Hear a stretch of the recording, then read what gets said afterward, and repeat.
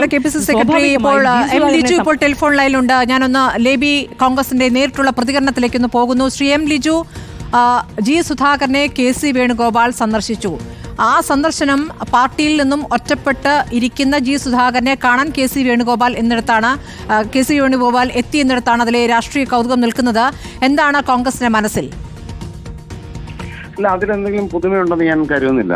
Shri G Sudhakaran ആലപ്പുഴയിൽ വളരെ ബഹുമാനിക്കപ്പെടുന്ന ഒരു രാഷ്ട്രീയ നേതാവാണ്. ശ്രീ KC വേണുഗോപാൽ AICയുടെ സംഘടനാ ജനറൽ സെക്രട്ടറി എന്നതിനോടൊപ്പം തന്നെ ആലപ്പുഴ MP-യുമാണ്. മുൻകാലങ്ങളിൽ ഇപ്പോൾ കഴിഞ്ഞ മാസങ്ങളിൽ എനിക്ക് തോന്നുന്നു അദ്ദേഹത്തിന് ശ്രീ ജി സുധാകരൻ സുഖമില്ലാതിരുന്ന അവസ്ഥയിൽ ശ്രീ KC വേണുഗോപാൽ ഉൾപ്പെടെ എല്ലാവരും, ഇപ്പം ഞാൻ ഉൾപ്പെടെ ഞങ്ങളെല്ലാവരും അദ്ദേഹത്തെ സന്ദർശിച്ചിരുന്നു. അപ്പോൾ അത് ഇപ്പോഴും ഇതൊരു സൗഹൃദ സന്ദർശനമാകാനാണ് സാധ്യത. അങ്ങനെയാണെന്നാണ് എനിക്ക് മനസ്സിലാകുന്നത്. അങ്ങനെയാണ് പുറത്തേക്ക് പറഞ്ഞിരിക്കുന്നത്.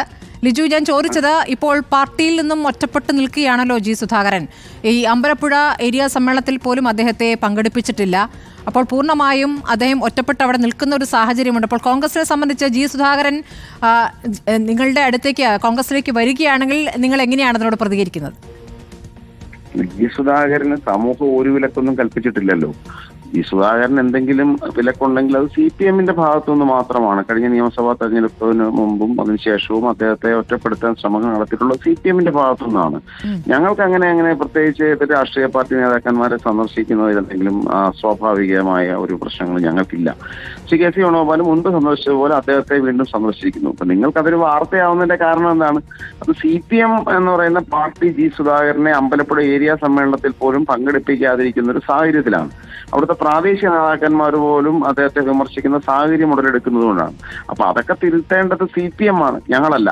പിന്നെ ജി സുധാകരൻ കേരളത്തിലെ ഇന്ത്യയിലെ ഏത് രാഷ്ട്രീയ അക്സെപ്റ്റബിൾ ആയ ഒരു നേതാവാണെന്നൊരു യാഥാർത്ഥ്യമാണ്. അദ്ദേഹം ഒരു തികഞ്ഞ മതേതരവാദിയും വലിയ ജനപിന്തുണയുമുള്ള പിന്നെ ഒരു തികഞ്ഞ കമ്മ്യൂണിസ്റ്റ് പാർട്ടി നേതാവും രാഷ്ട്രീയ നേതാവുമാണ്.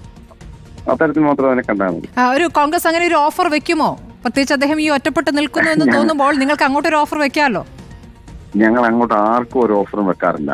ഞങ്ങൾ അങ്ങോട്ട് അങ്ങനെ യാതൊരു ഓഫർ. പിന്നെ ജി സുധാകരനെ പോലൊരു നേതാവിന്റെ രാഷ്ട്രീയ തീരുമാനങ്ങൾ ഏതെങ്കിലും ഓഫറിന്റെ അടിസ്ഥാനത്തിലാകുമെന്ന് കരുതുന്നതിന്റെ മൗഢ്യമല്ലേ? അദ്ദേഹം അങ്ങനെ ഒരു സ്ഥാനകാംക്ഷിയോ രാഷ്ട്രീയ ഭിക്ഷാന്തേഹിയോ അല്ലല്ലോ.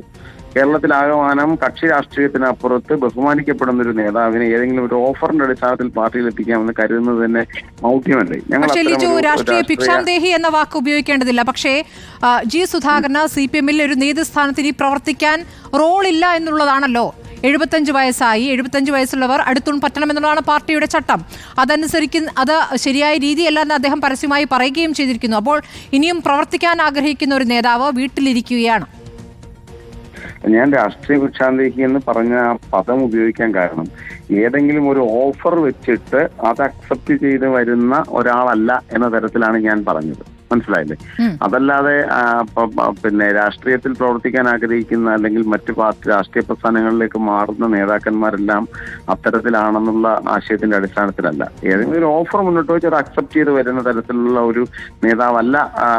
അദ്ദേഹം അതിനപ്പുറത്ത് ഔന്നത്യമുള്ള ഒരാളാണ് എന്നതാണ് ഞാൻ പറഞ്ഞ കാര്യം. പിന്നെ പ്രായത്തിന്റെ മാത്രം അടിസ്ഥാനത്തിൽ വിലയിരുത്തേണ്ടതല്ല ഒരു രാഷ്ട്രീയ നേതാവിന്റെ പൊട്ടൻഷ്യലും അദ്ദേഹത്തിന്റെ സമൂഹത്തിൽ അദ്ദേഹത്തെ ഉപയോഗപ്പെടുത്തേണ്ട രീതിയും. അഖിലേന്ത്യാ കോൺഗ്രസ് കമ്മിറ്റിയുടെ അധ്യക്ഷൻ ശ്രീ മല്ലികാർജ്ജുന ഖാർഗെ 80കളിൽ എത്തിയിരിക്കുന്ന ഒരു നേതാവാണ്. ഇന്ത്യയിൽ ഇന്ന് ഏറ്റവും റെസ്പെക്ട് ചെയ്യപ്പെടുന്ന ഒരു നേതാവാണ് അദ്ദേഹം. അതുകൊണ്ട് പ്രായം കൊണ്ട് മാത്രം അതൊക്കെ ഈ നേരത്തെ പറഞ്ഞതുപോലെ ലാൽകൃഷ്ണ അദ്വാനിയെയും മുരളി മനോഹർ ജോഷിയെയും ഒഴിവാക്കാൻ നരേന്ദ്രമോദിക്ക് ആ പ്രായം ഒരു കരുവായി, ഒരു ഉപാധിയായി. കേരളത്തിൽ പിണറായി വിജയന് ശേഷം അദ്ദേഹം കൊണ്ടുവരാൻ ആഗ്രഹിക്കുന്ന ഒരു രാഷ്ട്രീയ നേതൃത്വത്തെ പ്രതിഷ്ഠിക്കുവാൻ തടസ്സമായി നിൽക്കുന്ന ജി സുധാകരനും തോമസ് ഐസക്കിനും അല്ലെങ്കിൽ അതുപോലുള്ള നേതാക്കന്മാർക്കും CPM ഇതുപോലെ പ്രായപരിധി നിശ്ചയിക്കുന്നു. എന്നാൽ മാത്രം അതിനെ കണ്ടാൽ മതി. പ്രായമൊക്കെ ആപേക്ഷിക്കാമല്ലേ? ഓരോരുത്തരുടെ താല്പര്യങ്ങൾ സംരക്ഷിക്കാൻ വേണ്ടി ഇവർ കൊണ്ടുവരുന്ന മാനദണ്ഡങ്ങളല്ലേ അത്? ജി സുധാകരന് വലിയ പൊട്ടൻഷ്യൽ ഉണ്ട്. അദ്ദേഹത്തിന് ഇനി അനവധി വർഷക്കാലം കേരള രാഷ്ട്രീയത്തിനും കേരള സമൂഹത്തിനും ആവശ്യമുള്ള ഒരാളാണെന്നാണ് വ്യക്തിപരമായ എന്റെ വിലയിരുത്തൽ. ആര് ഉപയോഗിക്കുമെന്നുള്ളതാണല്ലോ പ്രശ്നം. ഇപ്പോൾ താങ്കൾ പറഞ്ഞു ഒരു ഓഫർ അങ്ങോട്ട് വെക്കുക കോൺഗ്രസിന്റെ രീതിയല്ല എന്ന്. അത് കോൺഗ്രസ് അങ്ങനെ നിലപാടെടുക്കുന്നു. ഇങ്ങോട്ട് ഒരു അഭ്യർത്ഥന ജി സുധാകരനും നടത്തില്ല. അപ്പോൾ പിന്നെ എങ്ങനെയാണ് ഒരു നീക്കം ഉണ്ടാവുക?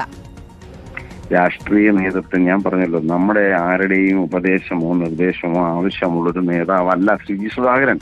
പരിണതപ്രജ്ഞനായ രാഷ്ട്രീയ നേതാവാണ്. ഇന്നത്തെ ഒരു സന്ദർശനവുമായി ബന്ധപ്പെട്ട് പറഞ്ഞു കഴിഞ്ഞാൽ അത് സൗഹൃദ സന്ദർശനമാണെന്നാണ് എന്റെ അറിവ്. പക്ഷേ ലിജു, ഞാൻ ചോദിച്ചത് ഇന്നിപ്പോൾ ലീഗിന്റെ ചന്ദ്രികാ ദിനപത്രത്തിന്റെ ക്യാമ്പയിനുമായി ലീഗ് പ്രവർത്തകർ ഇന്ന് രാവിലെ തന്നെ അദ്ദേഹത്തിന്റെ വീട്ടിലെത്തി. അതേ ദിവസമാണ് ഇപ്പോൾ കേസിയും വരുന്നത്. അതുകൊണ്ടാണ് ഈ സംശയം വരുന്നത്. ഞാൻ മാധ്യമങ്ങൾക്ക് ഊഹാപോഹങ്ങൾക്ക് അവകാശമുണ്ട്. അതിനുള്ള സാഹചര്യം സൃഷ്ടിച്ചത് CPM-ഉമാണ്. പക്ഷെ ഞാൻ പറയുന്നത് തികച്ചും മറ്റു രണ്ട് തലത്തിലാണ്. ഒന്ന്, സന്ദർശനത്തിന് ഉദ്ദേശം പറഞ്ഞാൽ എനിക്ക് മനസ്സിലാവുന്നത് ഒരു സൗഹൃദ സന്ദർശനമാണെന്നാണ്. രണ്ട്, ജി സുധാകരനുമായി ബന്ധപ്പെട്ട രാഷ്ട്രീയ തീരുമാനങ്ങൾ. അതെന്ന് പറയുന്നത് വേറെ ആരെയും ഡിപ്പെൻഡ് ചെയ്ത ഒന്നൊന്നല്ല, അദ്ദേഹത്തെ മാത്രം കേന്ദ്രീകരിച്ചുള്ള ഒന്നാണെന്നുള്ളതാണ് എന്റെ അഭിപ്രായം. ശരി, അപ്പോൾ വാതിലുകൾ തുറന്നിട്ടിരിക്കുകയാണ് അല്ലേ, അങ്ങനെ പറഞ്ഞൂടെ? ഞങ്ങളങ്ങനെ വാതിൽ ഒരാൾക്ക് മുമ്പ് അടച്ചിട്ടില്ല. കോൺഗ്രസിന്റെ വാതായനങ്ങൾ ജനാധിപത്യ മതേതര നിലപാടുള്ളവർക്ക് വേണ്ടി തുറന്നിട്ടിരിക്കുന്നതല്ലേ. അപ്പോൾ അതൊരു സൂചനയായി തന്നെ കാണുന്നു ലിജു. അത് ഞാൻ ജനാധിപത്യ മതേതര പക്ഷം എന്ന് ഞാൻ പറഞ്ഞ വളരെ കൃത്യമല്ലേ. ഞങ്ങൾ വർഗീയവാദികളെയോ കലാപകാരികളോ സംഘർഷം സൃഷ്ടിക്കുന്നവരെ ഞങ്ങൾ ആഗ്രഹിക്കുന്നില്ല. പക്ഷേ സന്ദീപ് വാര്യർ പറഞ്ഞതുപോലെ സ്നേഹത്തിന്റെ കടയിലേക്ക് വരാൻ പറ്റുന്നവരെ ഞങ്ങൾ എന്നും സ്വാഗതം ചെയ്യും. പക്ഷെ ജി സുധാകരനെ അങ്ങനെ സ്വാഗതം ചെയ്യുന്നത് പോലും അനൗചിത്യമാണ്. കാരണം അതിനൊക്കെ അപ്പുറത്തുള്ള ഔന്നത്യമുള്ള പാരമ്പര്യമുള്ള നേതാവാണ് അദ്ദേഹം. വളരെ നന്ദി ശ്രീ എം ലിജു വിശദമായി പ്രതികരിച്ചതിന്. പക്ഷേ താങ്കളൊന്നും വിട്ടു പറഞ്ഞില്ല എന്നുള്ളതിൽ ഒരു നിരാശയുണ്ട്. സ്വാഗതം ചെയ്യും എന്നുള്ള വാക്കാണ് താങ്കൾ ഇന്ന് പ്രതീക്ഷിച്ചത്. ഏതായാലും വാതിലുകൾ തുറന്നിട്ടിരിക്കുന്നു എന്ന വാചകം അദ്ദേഹം പറയുന്നു. ഉത്തരവാദിത്തത്തോടു കൂടി തന്നെയുള്ള പ്രതികരണമാണ്. ജി സുധാകരനെ പോലെ പരിണിതപ്രജ്ഞനായ ഒരു രാഷ്ട്രീയ നേതാവ്. അദ്ദേഹം രാഷ്ട്രീയം അവസാനിപ്പിച്ച് വീട്ടിലിരിക്കേണ്ട നേതാവല്ല എന്നുള്ളതാണ് കോൺഗ്രസിന്റെ നിലപാട്. ഇന്നിപ്പോൾ KC വേണുഗോപാൽ നടത്തിയിരിക്കുന്ന സൗഹൃദ സന്ദർശനം അതൊരു സൗഹൃദ സന്ദർശനം മാത്രമല്ല എന്നതിന്റെ സൂചനയിലേക്ക് ലിജുവും ചില കാര്യങ്ങൾ എടുത്തിടുന്നു. ലേബി